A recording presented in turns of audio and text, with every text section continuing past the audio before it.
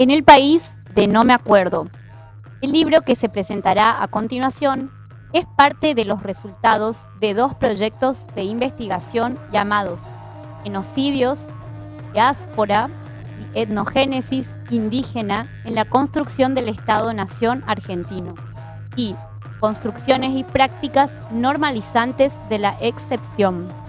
Pueblos originarios, estados y sociedad civil en la Argentina. 1870-2010. Ambos proyectos fueron dirigidos por Diana Lenton y Walter del Río. El propósito de esta investigación fue profundizar las modalidades de sometimiento de los pueblos originarios en Argentina desde fines del siglo XIX hasta mediados del siglo XX, analizando la relación entre la ideología dominante y la práctica estatal contra los indígenas. Describió las trayectorias de los pueblos originarios una vez incorporados al Estado-Nación, comprendiéndolas como constituyentes de nociones de alteridad, al ser visto como los otros, de asimetrías sociales institucionalizada en los ámbitos provinciales y nacionales. Este proyecto tuvo una doble dimensión, historiográfica y etnográfica, lo cual condujo a trabajar sobre el concepto de genocidio para analizar las políticas de Estado hacia la población originaria, las construcciones de alteridad que resultaron de ella. Aquí se sostiene que los diferentes modos de representar el genocidio a través de la escritura pueden esclarecer u ocultar la memoria, comprensión de ese pasado traumático. Por esto, el libro aborda los discursos y narrativas de múltiples archivos de la memoria social para comprender cómo se construye el recuerdo individual y colectivo, cómo estos se conectan con los del Estado y las agencias genocidas, también su relación con los escritos académicos. Lo cierto es que en estos años el concepto de genocidio ha estado en debate. Por un lado, por lo que cuentan las políticas del Estado y por otro, la memoria de la gente. De aquí la discusión con respecto a si estos eventos de referencia fueron o no fueron un genocidio. Desde el retorno de la democracia, la agenda de los derechos humanos cobró entonces un lugar importante. Por primera vez formaron parte de sus discursos las denuncias de genocidio y etnocidio de estos pueblos, aunque esto no significó que les haya sido fácil. Al contrario, enfrentó una mayor resistencia. Citando a Clavero, no hablamos solamente de una eliminación física, sino también de etnocidio, es decir, la desestructuración de una cultura y las lesiones mentales que causaron en las víctimas, producto de la construcción de un estereotipo indígena, en ese entonces considerada como una prolongación de su condición de nacimiento, contraria al concepto de civilización de la época, aunque en diferentes condiciones, hoy sigue siendo un final abierto. La memoria oral impide el olvido de lo acontecido y quebranta el silencio en momentos políticamente favorables al recuerdo y la denuncia. Además, la recopilación de fuentes en distintos puntos del país que dieron visibilidad a estos eventos. En estas instancias podemos decir que la aplicación del término genocidio y la identificación de sus perpetradores como genocidas continuarán generando molestias, polémicas en diferentes sectores de nuestra sociedad, ya que siempre va de la mano con intereses económicos y políticos. A nosotros nos queda la responsabilidad de reflexionar acerca de las decisiones éticas o no éticas que podemos tomar y que pueden ayudar o no a ponerle fin a la invisibilidad. Las trayectorias de sometimiento de la población originaria en Argentina desde fines de 1870. Se destaca procesos como la conquista militar, la concentración, la deportación y distribución de los pueblos originarios. Se explora la construcción social de la memoria de estos eventos, así como las narrativas de resistencia. Se detalla la concentración de prisioneros, las deportaciones masivas y las distribuciones de personas de distintos puntos del país. También se estudia el reparto de niños indígenas en provincias como Mendoza y la utilización de manos de obras forzadas en diferentes sectores económicos. Esto no solo afectó a la estructura social, política y económica, sino también moldearon los imaginarios de las sociedades. En este capítulo se abordarán diferentes narrativas mapuche, con el propósito de profundizar sobre los elementos destacados en aquellas historias que muchas personas han compartido. En pueblos de la región sur de la provincia de Río Negro, distintos hablantes bilingües rememoraron los antiguos nikyatunes, ceremonias religiosas, las parlamenteadas, pedido de mano o las conversaciones, como instancias en las que los abuelos, tíos y padres hablantes empleaban y transmitían la lengua, a pesar de las presiones sociales cada vez más crecientes por eliminarlas. Estas historias fueron registradas tanto en Río Negro y Chubut. Los discursos hegemónicos sobre el supuesto proceso de desintegración de las culturas originarias, como las que sostienen la extranjería del pueblo mapuche, cuentan hoy en día con un peso importante. Los presupuestos racistas sobre lo indígena y aquellas que sostienen la inevitable desaparición e integración de las formas sociales de los pueblos originarios continúan atravesando discursos políticos de los medios de comunicación y del sentido común. Los relatos transmitidos oralmente por los antiguos versan sobre el sacrificio de los antepasados, se distancian sobre los discursos hegemónicos, nacionalistas y de argentinidad. Son historias que expresan experiencias de los abuelos transmitidos en contextos de dolor, como un legado de enseñanza para las generaciones siguientes. Estas historias de género discursivo veritativo del Mapazungun eran transmitidos por los mayores. Estas tristes historias forman parte de las memorias de quienes las recibieron y transmitieron. Si entendemos que la memoria transmite claves de lecturas heredadas de generación a generación, más que descripciones fáticas, las memorias orales no son entonces tan solo versiones indígenas de los mismos hechos, sino de otros hechos y desde otras experiencias. La memoria social de Laucán. Trayectorias de sometimiento e incorporación. A través de los relatos, la memoria social de Laucán, de los eventos de sometimiento e incorporación forzosa experimentados por los pobladores mapuche y tehuelche durante las campañas de conquista estatal. Se destaca cómo estas narraciones que revelan estrategias de supervivencia, resistencia y huida ante la violencia y el despojo sufrido. Se mencionan a los Aucán o malones de los Huinca como eventos caracterizados por masacres, cautiverio y violencia extrema, especialmente hacia mujeres y niños. Los relatos transmitidos por los ancianos destacan la brutalidad de estos ataques, así como las difíciles condiciones de vida, incluida la escasez de alimentos. Se enfatiza que estos relatos no se centran en las figuras históricas o militares, sino en las estrategias de supervivencia y resistencia de la población local. Además, se resalta la continua sensación de excepcionalidad y peligro que experimentaron, así como las medidas extremas que debieron tomar para protegerse, incluso enterrándose bajo tierra para evitar ser detectados por los atacantes.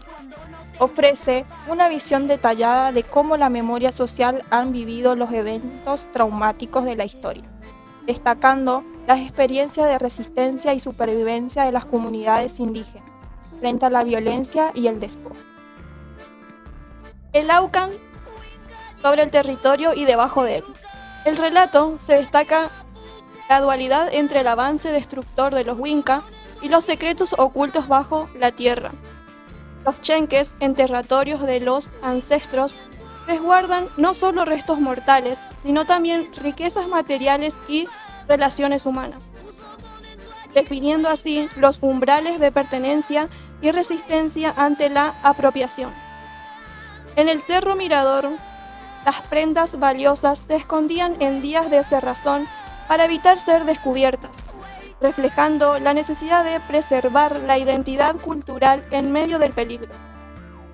Se robaban a las mujeres los objetos de valor como aros y gargantillas, mientras que a los hombres perdían estribos y riendas de plata, perpetuando la opresión. La guerra y las campañas militares llevaron a la ocultación de la plata en los chenques, convirtiéndolos en símbolos de resistencia. Las tumbas de los ancestros se convertían en trofeos no entregados al conquistador, destacando la importancia de preservar la historia y la identidad ante la opresión. El relato de Martiniano Neuquén revela la necesidad de dejar enterrada la plata en el camino hacia Chile, enfrentando los desafíos del terreno y la desesperación por sobrevivir. Las pérdidas humanas durante la huida, como el caso del niño separado de su familia, añaden una capa de tragedia de la narrativa, destacando la brutalidad de la persecución y la fortaleza de quienes lograron sobrevivir. Sugiere, durante la campaña militar de ocupación de los territorios indígenas del área pampeana y patagónica por parte del ejército argentino entre fines de la década de 1870 y mediados de 1880, llamada Conquista del Desierto, miles de prisioneros indígenas fueron confinados en campos de concentración, estancias, luego distribuidos como esclavos en estancias donde van a hacer trabajos forzosos. También durante el traslado murieron muchos indígenas y algunos sobrevivieron hasta la década de 1950. Esto permitió permanecer en la oscuridad una parte importante y masiva de los aborígenes. En la reinserción de los prisioneros en nuevos contextos provinciales, por ejemplo, Tucumán, Córdoba, San Luis, Misiones, fueron repartidos en diversas localidades rurales y capital. El principal responsable del reparto de prisioneros fue el coronel Rufino Ortega, gobernador de la provincia de Misiones, entre 1884 y 1885. También fue comandante en la frontera sur de Mendoza, entre 1879 y 1883. Habían enviado a Mendoza al menos 3.000 prisioneros. En la primera campaña, 800, y en la segunda, 1.700. La Iglesia Católica juega un papel importante durante el bautismo de los indígenas en el sector, dando bautismo como fecha de nacimiento, los padres y de dónde provenían. Esto permitió un registro importante para la Iglesia y también para el Estado. Estas prácticas se hicieron durante y después de la conquista militar. El reparto de niños. Desde el conflicto de Trento, años 1545 y 1563, fue obligatorio para la Iglesia Católica el registro de las personas, nacimiento, matrimonio y defunción. No obstante, se observaron un sinnúmero de contradicciones en la incorporación social y ciudadana de los indígenas prisioneros mediante las actas de bautismo en la Iglesia Católica de la provincia de Mendoza, años 1878 y 1889, en los que se produjeron los masivos traslados. Las prácticas de apropiación de niños indígenas era habitual entre indios y cristianos, apoyándose tanto en la mano de obra gratuita como en la destrucción de la sociabilidad indígena. En el año 1887, Miguel Malarín, comisionado por el ministro de Guerra Julio Argentino Roca, anticipaba el procedimiento que debería adoptarse para la gestión de los niños prisioneros. Los repartos colectivos habían sido constantes en 1879, aumentaron su masividad y comenzaron a publicarse anuncios en los diarios ofreciendo prisioneros indígenas, aunque gran parte eran entregados antes de llegar a destino, como en Tucumán y la isla Martín García, que los solicitaban con antelación a las autoridades militares. Posteriormente, los repartos fueron postulados y legalizados a través de un decreto del gobierno del 22 de agosto de 1879. Este ordenaba que las familias y menores indígenas quedarían a cargo del Defensor Nacional de Pobres e Incapaces, estableciendo un contrato con la obligación del adoptante de alimentarlo, vestirlo, educarlo, respetando sus vínculos de familia, además de un salario proporcional a los servicios que preste. Pero el mismo casi nunca se cumplió, por lo cual aparecieron en los diarios protestas sobre el maltrato, hambre, desamparo, violencia que sufrían los mismos, exigiendo al gobierno la correspondiente intervención. Seguidamente se realiza una disposición municipal por la cual todos los que tuvieran indígenas a su cargo debían presentarse en un plazo de 15 días para su correspondiente inscripción. De no ser así, serían privados de los mismos y colocados estos por la municipalidad, la mayoría de los cuales fueron instalados en confinamientos y trasladados a fincas de la capital, la mayoría propiedades del coronel Rufino Ortega, hombre de confianza de Julio Argentino Roca y principal artífice de los traslados y repartos. Por otra parte, existe un registro de indígenas bautizados y padres en los libros de bautismo del período, en el que la mayoría fueron consignados como menores de edad, coincidiendo este dato con la demanda de edad de los prisioneros, lo que tiene consecuencias directas con la legitimación de su apropiación por la figura de la patria potestad. La siguiente frase fue extraída del diario El Constitucional del 22 de noviembre de 1879 y dice así: entre 6 y 12 años, que son los más preferidos. De la Mapu a los indígenas. La política de reparto de indígenas cautivos se remonta a tiempos coloniales. Era empleada por las autoridades españolas en pos de lograr su desnaturalización. El reparto de indígenas a diferentes provincias fue públicamente comentado o justificado por el gobierno nacional, quien naturalizaba la distribución de los mismos, que el ejército militar apoyaba su teoría de buena política, exponiendo que para convertir a los indios en trabajadores, única condición bajo la cual pueden reclamar derecho de existencia, es menester desacostumbrarlos con un rigor inexorable y continuo de su vida de jinetes errantes y obligarles a trabajar.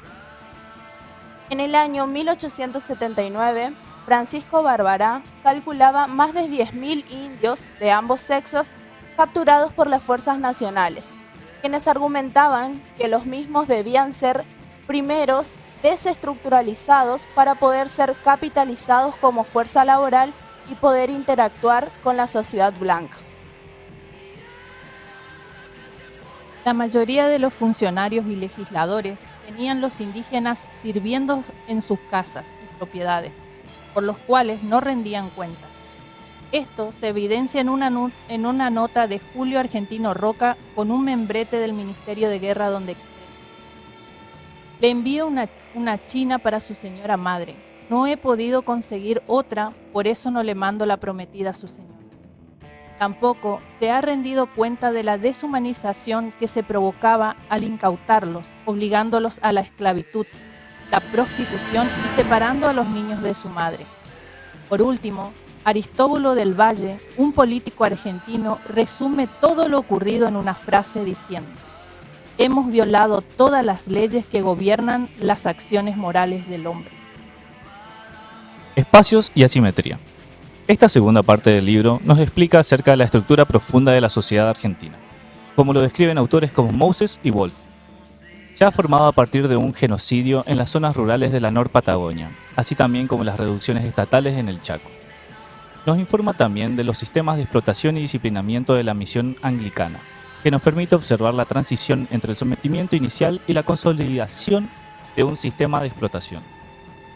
También aborda la relación entre la colonia estatal y la comunidad deseada de pobladores en la Patagonia, donde se construyen y mantienen estereotipos de los indígenas tolerados y los exceptuados. Examina cómo estas dinámicas contribuyen a la enajenación del territorio y la explotación laboral, especialmente en la construcción de la excepción indígena. Se pone en evidencia la violencia policial en la línea sur rionegrina como un elemento destacado en la ordenación del espacio social. Menciona que, a pesar de medio siglo de supuesta extinción o integración de los indígenas, el ataque policial persiste como una forma de experimentar del Estado. Se enfatiza que esta violencia no se presenta públicamente como una amenaza mediática, pero remarca estigmas sobre los indígenas y territorializa el poder soberano. Además, se discute el impacto de las reducciones estatales en Chaco y Formosa durante la primera mitad del siglo XX.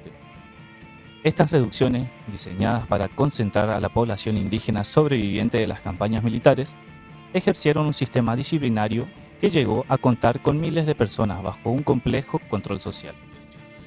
Su principal objetivo era la incorporación de los indígenas al modo de producción capitalista, a través de diversas prácticas de terror, incluyendo el trabajo forzado, los internados infantiles donde se separaban a los hijos de sus familias, el accionar policial violento, la obligación de poseer salvoconductos para transitar libremente, los listados de control y las masacres que ocurrieron en estas colonias.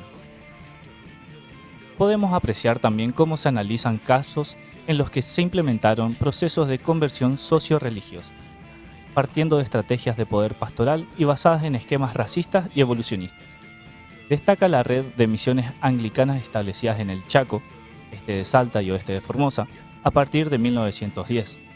Estas misiones buscaban transformar las creencias y formas de vida de las comunidades indígenas, en línea con los valores y normas de la sociedad dominante.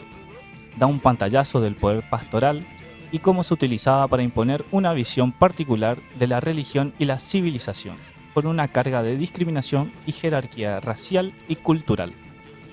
El secreto del Estado, el Estado de los secretos. Tal y como venimos analizando y documentando a lo largo de los capítulos, entendemos la conquista del desierto como un proceso genocida, a partir del análisis de un caso de violencia policial en 1930 en los parajes circundantes a Mencue y Río Negro. El genocidio conforma un evento estructurante sobre el devenir de la sociedad patagónica.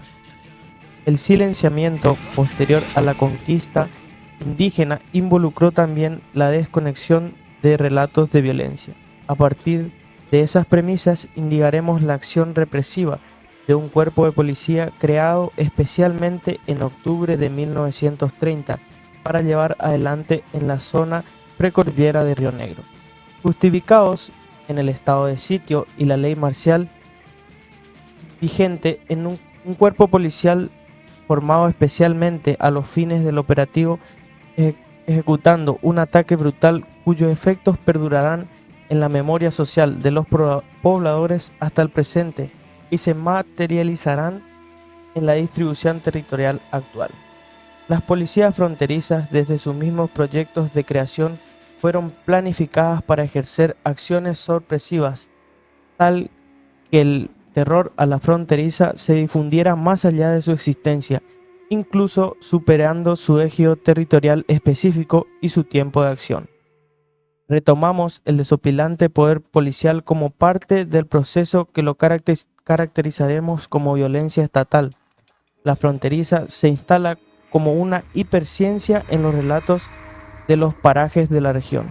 Si bien nosotros habíamos escuchado las referencias a la fronteriza, sobre todo en los contextos políticos como parlamentos o encuentros, desconocíamos la zona específica de nuestro trabajo de campo. había sido atravesado por un operativo organizado y sistemático de violencia policial. Por esto se propone una doble dimensión para este análisis. Por un lado, la consolidación del operativo policial como práctica de terror de Estado y por otro lado, la forma en que se comparte el conocimiento sobre la fronteriza. A través del análisis realizado, nuestro énfasis se está puesto en pensar al Estado como propiciador de la violencia, las desigualdades sociales y las diferencias de clase en el marco del proceso del terrorismo estatal que legitima un orden que perdurará en el territorio. Paralelamente, reparamos a la producción histórica de los márgenes estatales, en tantos supuestos necesarios del mismo, sopesando su capacidad de agencia por medio de procesos de comunalización. Por último, y reuniendo ambas fuentes, desarrollaremos el ataque policial exponiendo la práctica como la violencia de su paso. Reducir y controlar. Masacres, disciplinamientos y trabajo forzado en las reducciones estatales para indígenas de Chaco y Formosa durante el siglo XX. Formosa. En la Ruta Nacional 81, cerca de la localidad de Comandante Fontana, se encuentra la colonia aborigen Bartolomé de las Casas. Aproximadamente 100 kilómetros al oeste, cerca de Las Lomitas, al costado de la ruta, se encuentra una cubierta de camión con la leyenda Comunidad Indígena Muñiz. Es la única referencia visible de la antigua reducción. En esta área aún residen familias wichí que fueron parte de la reducción y recuerdan el sistema de explotación y disciplinamiento al que fueron sometidas. Chaco. Sobre la Ruta Nacional 16 entre Quitilipi y Machagay hay un cartel que indica el acceso a colonia aborigen. Tras 7 kilómetros se llega a la antigua reducción de Napalpí. En Napalpí se encuentran los edificios que fueron utilizados para ejercer control sobre los indígenas, así como las fosas comunes que contienen los restos de una de las mayores masacres ocurridas en Argentina en el siglo XX. Entre 1911 y 1955 se desarrolló el sistema de reducciones civiles estatales para indígenas en Chaco y Formosa bajo el control del Estado Nacional. Hubo 4 reducciones en total. Las reducciones se diseñaron como un sistema moderno de control social y disciplina sobre los indígenas, con el objetivo de incorporarla forzada al modo de producción capitalista. En cada reducción se sometieron a sujetos de diversos pueblos originarios, en Napalpí, Com, Mocoit y Vilela, en Bartolomé de las Casas y Ameguino, Pilagá y Com, y en Muñiz, Wichí. Estas reducciones reforzaron la relación de dominación y subordinación entre el Estado y los indígenas, contribuyendo a una estructura genocida que generó acciones represivas sobre los sujetos subalternos. El entrecruzamiento de diversas formas de control económico, social, cultural y militar sobre las comunidades indígenas de Chaco y Formosa explicará la relación entre las reducciones y la matanza masiva de grupos Com, Mocoit y Pilagá durante el siglo XX. El pecado original. En 1911, un decreto civil y un informe militar coincidieron en la necesidad de crear reducciones para indígenas en el territorio nacional de Chaco, Argentina. El decreto buscaba la incorporación pacífica de las tribus indígenas a la civilización. El informe militar era el sometimiento pacífico de las comunidades. Ambas estrategias se a pesar de su aparente contradicción. Las reducciones estatales civiles establecieron como centro de control y concentración de la población, como fuerza de trabajo en sectores. La incorporación de los indígenas, mano de obra, está ligada al disciplina militar y a la falta de derechos sociales. El Estado continuó financiando acciones militares para perseguir.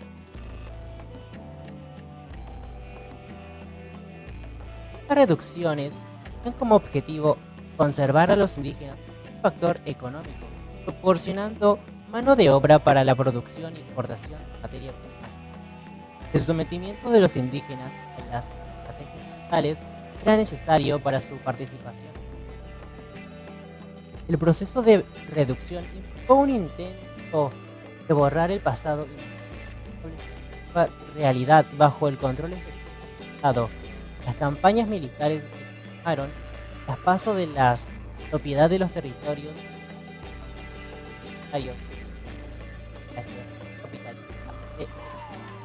tierras y fuerzas de trabajo. El Estado Nacional se construyó sobre social sobre otros, realizando la condición de raza. Claro, a lo largo del en 1946, esta constitución ponía la obligación de habitar en ellos aptos para la sociedad. Estaba un proceso de el adentro y el afuera, la reducción como marcadora de sujetos. En la década de 1930 se llevaron a cabo las reducciones en Bartolomé de las Casas y Francisco Muñiz, actual territorio de las Lomitas. La convivencia entre el sistema de reducciones y la actuación de tropas militares como parte de la consigna de conquista de Chaco fue hasta 1938. Es decir, que la estrategia pacífica de las reducciones compartió un periodo de tiempo de casi 30 años con el accionar militar en la región. En el año 1917 se creó el Regimiento de Gendarmería de Línea, que dependía del Estado Mayor del Ejército. Según afirmó Junio en sus memorias, su accionar permitía al cabo de 21 años de penosa labor concretar la pacificación definitiva de los indios del Chaco, es decir, la ejecución de la fase final de la conquista de la región. Si bien la región delimitada como zona militar estaba en territorio formoseño, también tenía a cargo la operación militar en el territorio nacional de Chaco. Si el ejército o el poder ejecutivo lo consideraba necesario. Y esos requerimientos al Regimiento de Gendarmería de Línea se ejercieron en distintos momentos y zonas de Formosa y Chaco. Guillermo Flores, de Bartolomé de las Casas, al recordar su niñez en la reducción, dice: era campo desierto y solo el regimiento de Fontana. No había nada más. Pero en ese tiempo es peligro, porque los milicos cuando veían nomás a los aborígenes les metían pluma. Refiere cierto amparo que les otorgaba a los indígenas el hecho de formar parte de la reducción, ya que fuera de ella, transitar los territorios en libertad implicaba el riesgo de ser sometidos por las fuerzas militares. Junio también relata otros enfrentamientos con Pilagás en 1932 y 1933 y en Pampa del Indio, Chaco, en 1931, teniendo como resultado la muerte de numerosos indígenas. Para los militares que operaban punitivamente en la zona, los indígenas no eran conceptualizados como esos sujetos a civilizar, tal como se pretendía definir en los escritorios paternalistas de la Comisión Honoraria de Reducción de Indios, sino que eran vistos como enemigos para las tropas aún en esos años de la década de 1930. El capitán Néstor Golpe explica en sus memorias la vida en los fortines y el peligro que representaban las comunidades aborígenes que habitaban en esa zona para las tropas. En el año 1930 y 1931, cerca de 300.000 indios que vivían en la zona eran tobas, pilagás y matacos. Para transitar los territorios, los indígenas debían mostrar un salvoconducto entregado por el administrador de la conducción o una certificación de antecedente, de modo que el control interno de las conducciones también se ejercía sobre quienes era posible de ser autorizados a circular fuera de los espacios controlados. Por ejemplo, para ir a trabajar a ingenios de zona en épocas de trabajo escaso en las colonias, y de ese modo poder demostrar su condición de pacificados y trabajadores. De modo similar, en el interior de Napalpí se utilizaban brazaletes, fundamentalmente con posterioridad a la masacre de 1924 ocurrida en ese lugar, que diferenciaban a los indígenas buenos de los que iban a terminar como la matanza, con el agregado de que como la gran mayoría de los indígenas reducidos no hablaban en Castilla, todos tenían miedo de que los maten por no tener un brazalete. El control interno. El capítulo examina detalladamente el sistema de control y restricción de impuestos sobre los pueblos indígenas en las reducciones durante el periodo colonial en Argentina, A pesar de que los informes estatales presentaban las reducciones como espacios de libertad para los indígenas, en realidad existían numerosos mecanismos de control que limitaban su movimiento y autonomía. Se describe como aunque no había alambrados que cercaran la reducción, sí había patrullajes y controles policiales, lo que dificultaba la salida de los habitantes indígenas de estos espacios. Un aspecto destacado es el papel de los administradores de las reducciones, quienes tenían un poder arbitrario sobre la vida de los indígenas. En algunos casos, las autoridades sobre las poblaciones indígenas con el respaldo de decretos gubernamentales, diciendo sobre la distribución de mercaderías, los pagos, los trabajos asignados, así como los premios y castigos. Además, se destaca la importancia de los listados de personas y su categorización subjetiva, los cuales reforzaban el control sobre los indígenas reducidos, aquellos marcados como peligrosos o indeseables, especialmente tras la sublevación de 1924. Eran expulsados de las reducciones, perpetuando así las percepciones de los indígenas como salvajes y no dignos de ser civilizados. El capítulo ofrece una visión crítica de cómo el sistema de reducciones en Argentina durante el periodo colonial no era realmente un espacio de libertad para los indígenas, sino más bien un mecanismo de control y opresión que limitaba su autonomía y perpetuaba su marginalización en la sociedad colonial. Las formas de disciplinamiento, el trabajo, la deuda, los internados y las iglesias. Yo entré acá en 1925. Acá se llama la reducción de indios Bartolomé de las Casas. Yo nací el 20 de junio de 1925, pero es un cálculo. Esa es la fecha que me pusieron en la libreta cuando vino Perón y nos dio los documentos. Habían 2 personas de los blancos que enseñaban cómo cortar los árboles, cómo pelarlos. Le enseñaban y los aborígenes aprendían y trabajan. Era administrado por blancos. Hasta los caciques trabajan. Ninguna persona se queda en casa. Todos trabajan en el obraje. Flores Guillermo 2013. Para el Estado Nacional, Guillermo Flores nació el año que entró la reducción. Su ingreso en Bartolomé de las Casas es también su primer registro como ciudadano argentino. Es un antes y un después de la vida del sujeto indígena. Las reducciones civiles estatales indígenas junto a los ingenios, obrajes y misiones religiosas de la zona. En el caso de los sujetos indígenas es un doble proceso de subordinación étnica y clasista que se asentó en la conquista militar y en el disciplinamiento de las condiciones de trabajo de explotación. La privatización de las tierras y los sujetos se dio por miedo de la violencia y la sangre, pero también por miedo de prácticas de trabajo forzado y control disciplinario de los grupos sociales indígenas. En este sentido, como afirma Íñigo Carrera, en esos años se dio en Chaco una fuerte expansión de la frontera agropecuaria, en particular de la producción algodonera, que en 1911 era de 1.300 hectáreas en toda la provincia. En 1930 supera las 10.000 y en 1938 llega a las 300 hectáreas cultivadas. La mano de obra indígena entonces fue necesaria para acompañar este crecimiento y fue utilizada en los trabajos de carpida y cosecha. En muchos de los testimonios de la colonia aborigen ex Nalpalpí se recuerda que los indígenas eran llevados en numerosos grupos a trabajar al ingenio Las Palmas y a la construcción de las vías de ferrocarril hacia Barranqueras. Los durmientes eran hechos por los propios indígenas que trabajaban en el obraje de Nalpalpí. Ireneo Verdán recuerda cómo se hacían los durmientes, solo a hacha. En este sentido, Juan Ballestero, un anciano pilagá que vive en Bartolomé de las Casas desde fines de la década del 20 y de quien hay un registro de su trabajo como hachero de la reducción en 1947, describe: siempre palo, palo, palo. Nosotros sufrimos mucho. Yo estaba en el obraje, pero solo con el hacha. No había algodón. Solo obraje. Era hacha, hacha, hacha. No teníamos ropa. Solo cuero de guasuncho.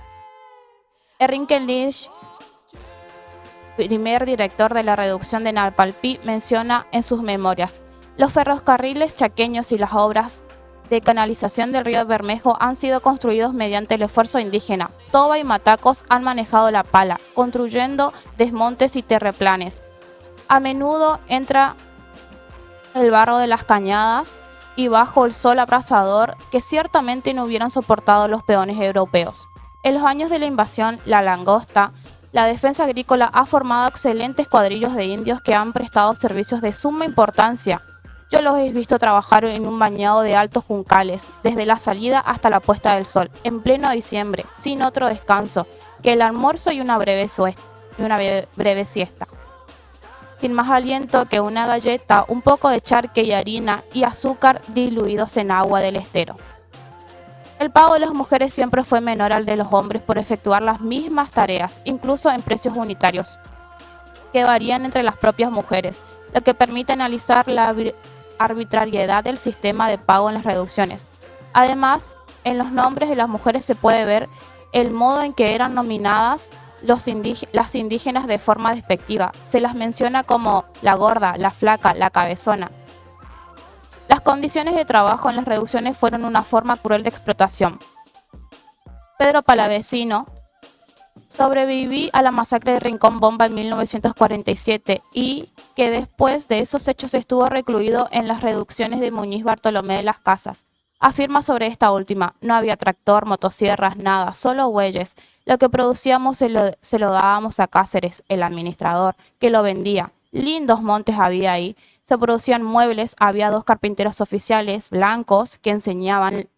La madera se sacaba la hacha a pulso nomás, nada de máquinas. Había mucha gente indígena.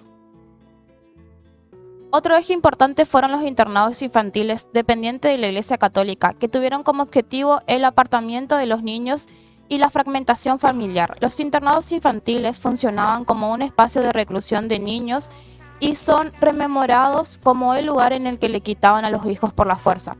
Para los chicos había un internado. Las monjas los tenían encerrados una semana para estudiar. Algunos no querían dar a los chicos. Mi tío, que era chico, tendría 10 años y mi abuela peleaba para que no le saquen al chico. Ella no quería que el chico esté ahí. A veces los domingos las madres los veían un rato. A las mujeres se les obligaba a trabajar en la época de cosecha sin pagarles. Los días domingo para ir a misa. Todos tenían que ir a misa. Había un cura, era obligatorio. En una carta de 1946, el doctor Osvaldo Gamayo, a cargo del consultorio médico de la reducción de Napalpí, escribe al director de Banco Central que en los niños recurrentes a las escuelas se observa que cierto número de ellos están malnutridos. Los mareos por hambre no son raros. La escasez de vestimenta es a veces lastimosa. En la escuela de Aguará el asunto es más grave. Sobre 100 alumnos, el 30% no conoce la leche, el 70 y el 80% no desayuna ni cena. Es la zona que aporta el mayor número de enfermos. La masacre, el terror y la memoria es un tema complejo que aborda hechos trágicos y violentos que dejaron una profunda huella en la sociedad argentina del siglo XX.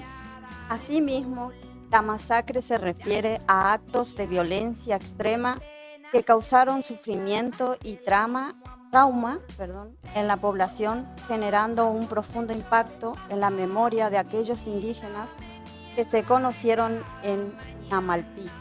Además, el terror está asociado a estos sucesos que se manifestó en el miedo, la angustia y la inseguridad de aquellas personas que vivieron esa masacre.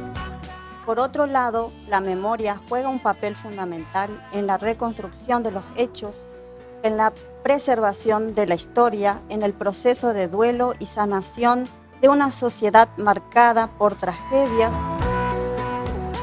Es importante destacar que Namalpí y Bartolomé de las Casas fueron protagonistas de 2 de las más grandes masacres llevadas a cabo en nuestro país. Ambas ocurrieron durante gobiernos democráticos. En 1924, más de un centenar de policías, gendarmes y colonos fusilaron a miembros de las comunidades Com y Mocoí, que se encontraban protestando por mejores condiciones de vida y laborales en la reducción. Es así que ese día fueron mutilados, enterrados en fosas comunes. Entre ellos se encontraban niños, mujeres, hombres y ancianos. Con respecto a estos asesinatos masivos, fueron aclarados después de muchos años cuando se pudo contar públicamente. Hoy en día los jóvenes explican que no hablan la lengua Com, ya que sus abuelos, como forma de protección, no enseñaron el uso de su idioma. Al mismo tiempo, preservar estos acontecimientos que implican conservar la información, obtenida para que las generaciones futuras puedan aprender de la historia y valorar la importancia de la verdad y la justicia en la sociedad. El presente material que hemos analizado, el Poder Pastoral Anglicano y Tobas del Oeste Formoseño, es el resultado de una serie de investigaciones etnográficas, sociales, antropológicas e históricas que tienen como punto de referencia la región Chaco centro-occidental, la provincia de Formosa. En el siglo XIX se produjeron variados fenómenos socioculturales, políticos, ideológicos, económicos, religiosos que tuvieron trascendencia y repercusiones como fundamento característico y particular del colonialismo nacional, que procuraba un modelo de nación impregnado del colonialismo europeo, tomando como referencia el contexto de expansión del capitalismo argentino en la segunda mitad del siglo XIX, el despliegue y los efectos de las campañas militares en los territorios chaqueño, oriental y austral, justifican el proceso de disociación de los grupos indígenas del Chaco respecto de sus condiciones materiales de existencia, basada en la caza, recolección y pesca, cuando son incorporados por la violencia, por medio de la coacción a las industrias del algodón, del azúcar y de la madera. A diferencia de la región pampeana, las políticas implementadas en la región chaqueña tuvieron algunas características particulares. Los preceptos fundamentales o centrales del nuevo ideal de la nación que se perseguían incluían la erradicación o exterminio de las culturas originarias porque eran consideradas como sinónimo de obstáculo para el progreso de la nación. El acento particular que tomaron las campañas militares hacia la región chaqueña encuentra su fundamento en la persecución y confinamiento de las diversas etnias que habitaron la región para utilizarlos como mano de obra barata. Las características de la región requerían de una importante industrialización del sector del algodón, del azúcar y de la madera. No obstante, ello no implica que no se hayan producido la violación de los derechos de estos habitantes, persecuciones, muertes, genocidios. La llegada de las misiones religiosas para fines del siglo XIX tiene su propósito en civilizar, contener y disciplinar a los indígenas.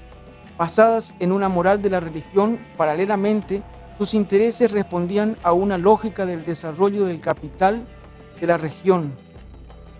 Las reducciones civiles estatales para los indígenas claramente funcionaron como sistemas de concentración implementados por el Estado Nacional durante la primera mitad del siglo XX en las provincias de Chaco y de Formosa. Las reducciones fueron un sistema moderno de control social, un sistema disciplinario sobre los sujetos, sus actividades, sus espacios y el uso de su tiempo. Su función central fue la concentración de la población indígena para su control, dominación e incorporación forzada al modo de producción capitalista. Existencia indígenas en el oeste del territorio nacional de Formosa. El oeste de Formosa era una región que se encontraba conectada con los pueblos de Embarcación y Metán. La expansión de las colonias ganaderas en lugares fronterizos y el avance de puesteros criollos sobre los sitios de caza, pesca y recolección provocarían conflictos armados entre criollos, gendarmes y grupos indígenas que habitaban en márgenes del Pilcomayo y se mostraban dispuestos a no renunciar a sus dominios territoriales. En esta zona, Grupo Wichí y Tobas mantuvieron el control de sus sitios de caza y pesca. Habían establecido vínculos con los criollos mediante el comercio, el robo, el pago de tributos, el trabajo de ingenios y el enfrentamiento armado. Los Tobas del oeste hicieron un último intento por sostener su autonomía territorial. Se unieron a Grupo Wichí y Pilagá y se enfrentaron a colonos argentinos y bolivianos que venían asentándose al márgenes del río Pilcomayo. En 1915, Grupo Wichí del Alto La Sierra tuvieron un enfrentamiento con un poblado criollo, lo que provocó que otros pobladores pidieran la intervención de los soldados, y así fue enviado el 5º Regimiento de Caballería a la zona. En 1916, guerreros tobas del lado boliviano expulsaron la margen izquierda del Pilcomayo a varios ganaderos. Esta acción fue castigada.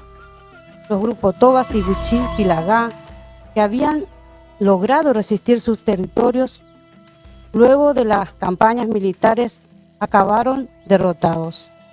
Algunos grupos Tobas cruzaron a Bolivia para refugiarse y permanecieron allí por 10 años. Wichí y Pilagá se movieron hacia el sureste y el oeste de Formosa. Reducciones estatales y misiones religiosas en el siglo XX. Luego de las campañas militares al Chaco, diversos grupos de indígenas como Tobas, Wichís, Mocovíes y Pilagás se vieron obligados por la fuerza a instalarse en reducciones estatales y en misiones religiosas, dos tipos de instituciones que no operaban con la misma lógica, aunque ambas eran funcionales al desarrollo del capital en la región, tanto para los gobiernos argentinos de fines del siglo XIX y principios del siglo XX, como para las patronales de las agroindustrias de la región. La función de estas reducciones era civilizar, contener y disciplinar a los indígenas en tanto mano de obra extremadamente barata. Una de las masacres más sangrientas cometidas contra los originarios del Chaco, que contó con el apoyo de sectores de la población local criolla, ocurrió en una de las supuestas reducciones estatales modelo, Napalpí, en 1924. Las reducciones civiles estatales funcionaron como sistemas del Estado Nacional durante la primera mitad del siglo XX en las provincias del Chaco y de Formosa. La política anglicana religiosa se basaba en la conversión socio-religiosa y en la civilización de los indígenas para controlar o erradicar comportamientos y hábitos culturales que, desde el punto de vista de esta política, eran salvajes. El Chaco argentino es una región que durante los periodos colonial y republicano se ha ido transformando en un complejo fronterizo, dentro del cual progresivamente se fueron construyendo modernidades periféricas, geografías marcadas por los efectos de la conquista y la colonización territorial, las masacres estatales contra indígenas llevadas adelante por los ejércitos nacionales, la expansión de la economía capitalista mediante la instalación de agroindustrias que para su despegue se sirvieron de la explotación de mano de obra aborigen, los procesos de cambio socio-religioso desarrollados por misiones de distintas órdenes e iglesias, el acentuado proceso de sedentarización y, en las últimas décadas, la expansión de los proyectos de desarrollo y de su paradigma.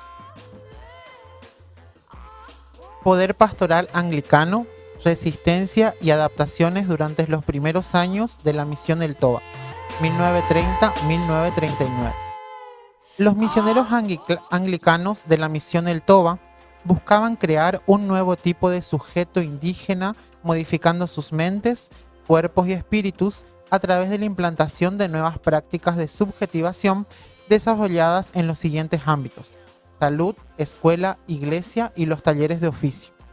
Para realizar dichas tareas, los misioneros contaban con escasos recursos y los tobas oponían contra conductas y resistencias estratégicas que evitaban la confrontación abierta y explícita, la mentira, el ocultamiento de lo que se hacía y la espera al estar en el ingenio para volver a sus costumbres. El poder pastoral se asigna la tarea de conducir a los hombres en su vida, pero no es un poder soberano, ya que ocupa el rol de conductor, no a través del terror ni el castigo físico, sino en la persuasión de los indígenas con el fin de someterlos a una nueva forma de vida. Los anglicanos tenían como objetivo erradicar aquellos comportamientos que desde su concepción cristiana tenían un alto grado de salvajismo. En su lugar, querían producir un encauzamiento de las fuerzas y potencias de los tobas, cuerpos dóciles a las nuevas condiciones de vida que imponía la civilización argentina. Entre los años 1920 y 1929, diferentes delegaciones de aborígenes, principalmente tobas del oeste o de sombrero negro, se acercaron a las misiones de Algarrobal y San Andrés, con el fin de solicitarles una misión para sus tribus, ya que reclamaban educación para sus hijos y evangelización. En sucesivos viajes, los caciques solicitaron reiteradas veces por su inclusión en las misiones durante prácticamente una década, por lo que en mayo de 1929 dichas tribus reciben la visita de misioneros que constataron que la idea de los tobas acerca de las misiones estaban ligadas meramente a la protección. En octubre de 1930 comienza a funcionar la misión El Toba a cargo de los hermanos Lake.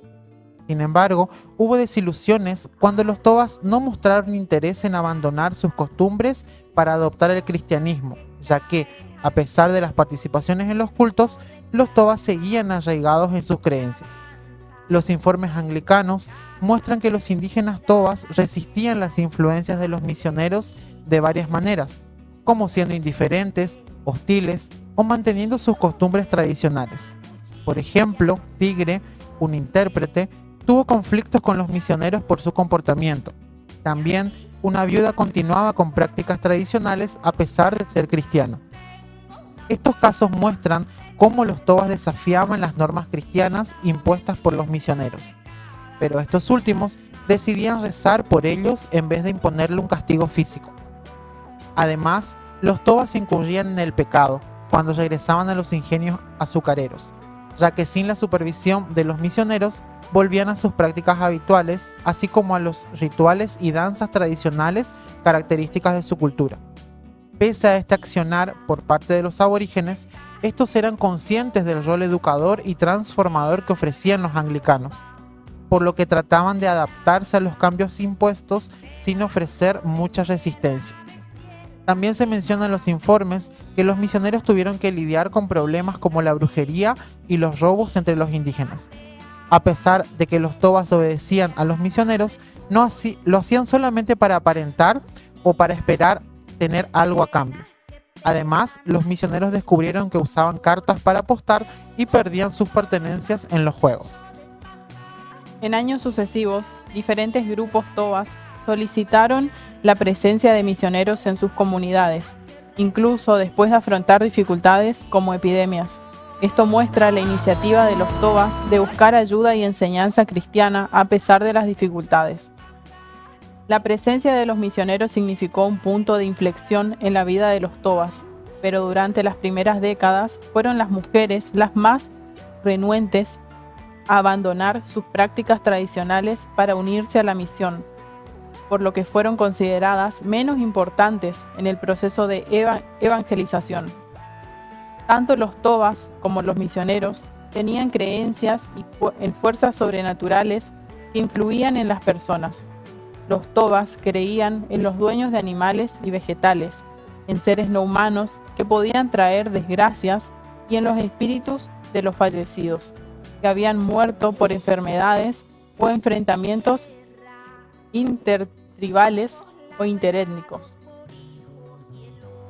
Son recurrentes los escritos anglicanos las descripciones sobre la influencia de fuerzas maléficas, las cuales parecían encarnarse en la figura de quienes los misioneros denominaban brujos, a los que habían propuesto erradicar. Estos intentaban imponer a través de la evangelización las creencias cristianas a los líderes y chamanes con el fin de convertirlos en futuros pastores. Por todo esto, debería considerarse a los misioneros como mediadores culturales e iniciadores del diálogo que fueron descritos por los mismos mediante la representación de los binomios civilización-barbarie y paganismo-cristianismo. Los anglicanos no dejaron de resaltar el primitivismo de los indígenas chaqueños, pero estaban convencidos de que eran sujetos aptos para conversión religiosa y sociocultural. En este escenario, los misioneros se veían como embajadores de Dios, mediadores entre el mundo indígena y la sociedad hegemónica, y también como pacificadores entre los conflictos interétnicos intertribales, por lo que la tarea de misionar era comparada con una epopeya para la cual habían sido llamados. En el discurso anglicano se utilizaba el término buen salvaje para referirse a los tobas convertidos y mal salvaje para los que no se adaptaban. Dos preocupaciones fueron centrales para los misioneros. Primero, el trabajo de los tobas en los ingenios, ya que comenzaron a denunciar por las condiciones laborales precarias y la de explotación, alegando el retroceso espiritual que esto significaba. La segunda era referida al carácter nómada de las tribus, que era necesaria para conseguir alimentos, ya que los misioneros no podían garantizar una correcta alimentación, lo que provocaba un cierre de las escuelas y suspensión de las tareas de evangelización y educación. Una vez establecida la misión como una institución a partir de la inclusión de pastores tobas, los anglicanos se centraron en solucionar los problemas de inundaciones y en generar proyectos de trabajo que les permitieran a las familias indígenas autosuficiencia económica, con el fin de evitar la migración hacia los pueblos y ciudades. Luego de las campañas militares, algunos grupos indígenas vieron como última forma de supervivencia vivir bajo la órbita de red de misiones anglicanas, ya que consideraron la única estrategia que les permitió mantener un pequeño grado de control sobre sus vidas y una mínima garantía de supervivencia. La política anglicana no operaba con la misma lógica disciplinaria que tenían las reducciones estatales, que fueron de las más espantosas y trágicas masacres indígenas, sino en imponer una conversión cultural de los pueblos originarios. En la actualidad es común que los misioneros anglicanos sean recordados por los indígenas desde un imaginario contradictorio, imágenes y recuerdos del compromiso paternalista que asumieron los anglicanos con ellos, su preocupación por civilizarlos y ayudarlos a transitar a un nuevo modo de vida, que hasta hoy es difícil de abordar, pero también se rememora la represión cultural que sufrieron sus antepasados. Son muchos los adultos que recuerdan a los misioneros con nostalgia y con cariño contradictorio y doloroso. De esta forma finalizamos la lectura de la obra El país de no me acuerdo. Muchas gracias.